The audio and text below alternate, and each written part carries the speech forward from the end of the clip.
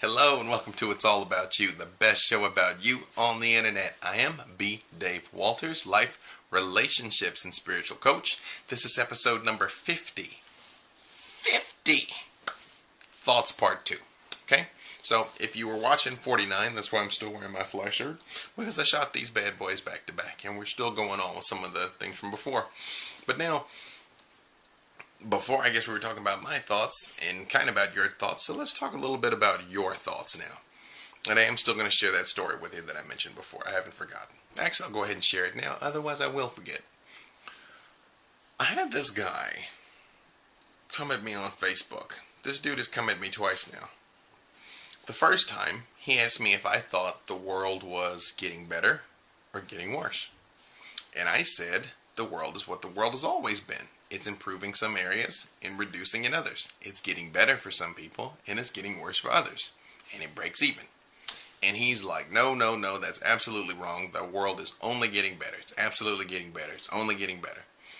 And I was like, okay, because I can think of, quite a few things off the top of my head that aren't particularly nice. But this guy's point was that you have to just completely ignore all the negative things and focus on the positive things, which I think is all well and good. I think you should do the same. You absolutely should focus on the positive. But that doesn't necessarily mean that the other things just aren't there. Ignorance is not an argument. Ignorance is not a defense. This is kind of what I was getting at when I talked about the evangelical people in episode 49. You know, the people that I know who say things like, the Bible is the truth, the unadulterated word of God, everybody else is going to hell, 99.9% of the time cannot tell you anything about any other religion. And their argument is, well, I don't have to. I already know the truth. I don't need to read anything else. And I'm like, people that say things like that are the type of people that fly planes into buildings. That might sound harsh, but it's true. Because listen to that. Think about what they're saying. I have the sole monopoly on truth, to the point that I don't even need to hear or consider anybody else's point of view. Do you have any idea how incredibly damaging that is? How incredibly toxic that is? And the fact is that I don't really think that's what Jesus Christ was like. In fact, if you read some of those stories about him versus the Pharisees and the Sadducees, he sort of got into trouble because he was willing to talk and dialogue and interact with anybody. And listen to them, and talk to them, and treat them like human beings. So fast forward a couple thousand years, how some people can think that reading second and third hand accounts of what he was saying 2,000 years later somehow gives them the moral authority to point fingers at everybody else, I'm not really sure. Because here's another thing, and I don't mean to go too deep into religion, but hey, it's episode 50, so I'm going to talk about what I won't. Here's the thing. You can't really make the argument that God hates any certain type of people or that God hates any certain type of religion, because two things. One, God kind of created those people, and if he didn't like them, he wouldn't have. And two, God is kind of God. So if he didn't want something to exist, if he didn't want people to believe certain things, they wouldn't. They'd kind of get miracled out of existence. Find some Canaanites, find some Philistines. They're kind of hard to come by these days, because apparently they got smoten in the Old Testament. They sort of got wiped out, right? Because apparently they did run afoul of Jehovah. But the point is, I don't really think that it's such an issue of everybody should think that God is on their side, but maybe we should work to make sure that we're on God's side. Maybe it should be a little bit more of let ye who is without sin cast the first stone. A little bit more of that, right? Because here's the thing, and I want you to hear me. I want you to hear me. Look me in the eye. You don't know. You know why I can say you don't know? Because nobody knows. We weren't there. Nobody knows what happens before we were born. Nobody knows what happens after we die. We have beliefs, we have opinions. I got fervent beliefs. I got fervent opinions. I can say that with as much certainty as I'm capable of saying, I know what's going to happen after I die. But can I prove it? No. Do I know it for absolute certain? No. I'll find out when I get there, just like everybody else. So, beating your head against the wall to try and stop somebody else from thinking certain things or believing like you do is an exercise in futility. And the reason why I brought up this dude on Facebook is he kind of came at me like that. He's all like, no, no, no, no, no, you're just wrong, you're just wrong, you're just wrong. And I'm like, whatever, man. Believe what you want. Believe what you want, because you don't know. Nobody knows, right? And he just couldn't accept this and, kind of argued till he got blue in the face. And I was just kind of like, you're sort of a freak.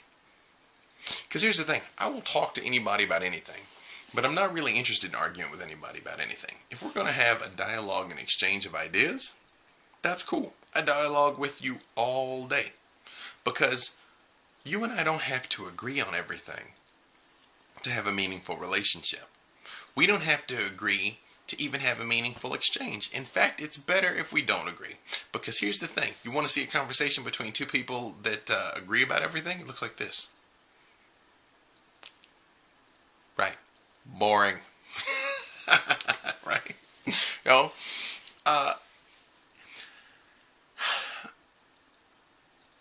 Doing these shows and having these conversations with you has been such a good thing, because it's had to help me sharpen my thinking and sharpen my ability to communicate ideas. So I really want to thank you for that. I really want to thank you for just having the opportunity to dialogue for these 16.6 hours like we've already been able to do.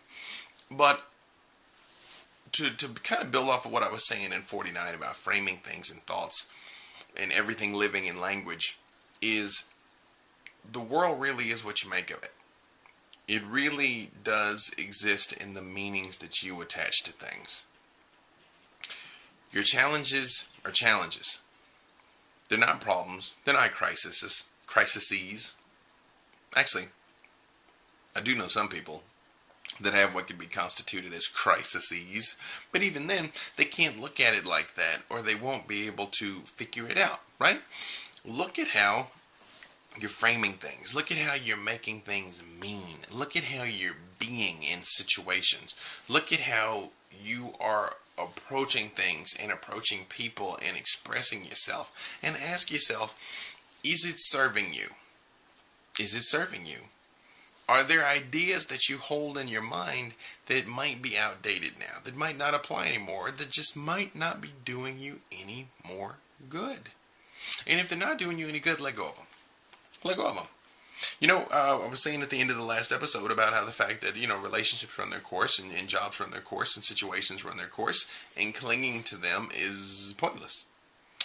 Because when the time comes that a change is necessary, and by the way, you remember all that stuff that I told you about I-accessing cues? You want good practice reading I-accessing cues like we talked about in the dating episode?